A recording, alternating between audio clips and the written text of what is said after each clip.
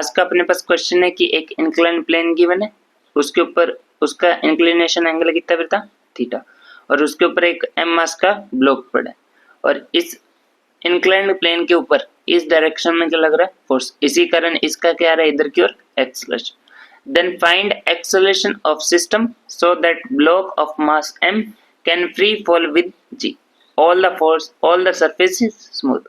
All the surface is smooth का मतलब इसके ऊपर फ्रिक्शन फोर्स की वैल्यू बेटा 0, फ्रिक्शन फोर्स की वैल्यू 0।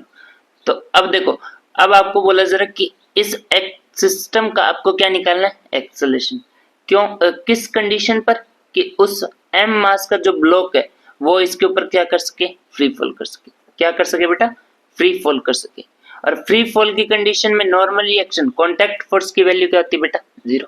फ्री फॉल की रिएक्शन में कांटेक्ट फोर्स की वैल्यू क्या होती है 0। तो देखो पहले इसके ऊपर इसका वेट फोर्स कहाँ लग रहा होगा mg, नीचे की तरफ कौन सा फोर्स लग रहा होगा वेट फोर्स mg, इसलिए इसका इधर की ओर कंपोनेंट कौन सा आएगा, अगर ये थीटा एंगल हुआ तो ये कौन सा कंपोनेंट होगा mg cos थीटा, और इसी प्लेन के अलोंग कौन सा आएगा बेटा mg sin theta, mg sin theta.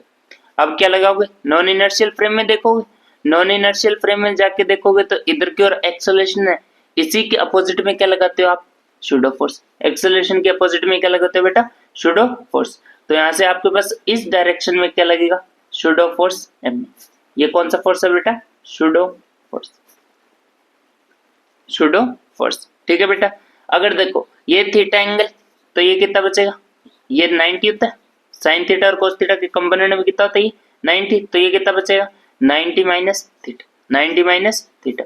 अगर 90 माइनस थीटा ये कौन सा बचा 90 माइनस थीटा, अगर ये 90 माइनस थीटा तो ये कितना हो जाएगा थीटा, क्योंकि horizontal component and horizontal axis and vertical axis दोनों के बीच में एंगल 90, अगर ये 90 माइनस थीटा तो ये कितना बच गया थीटा।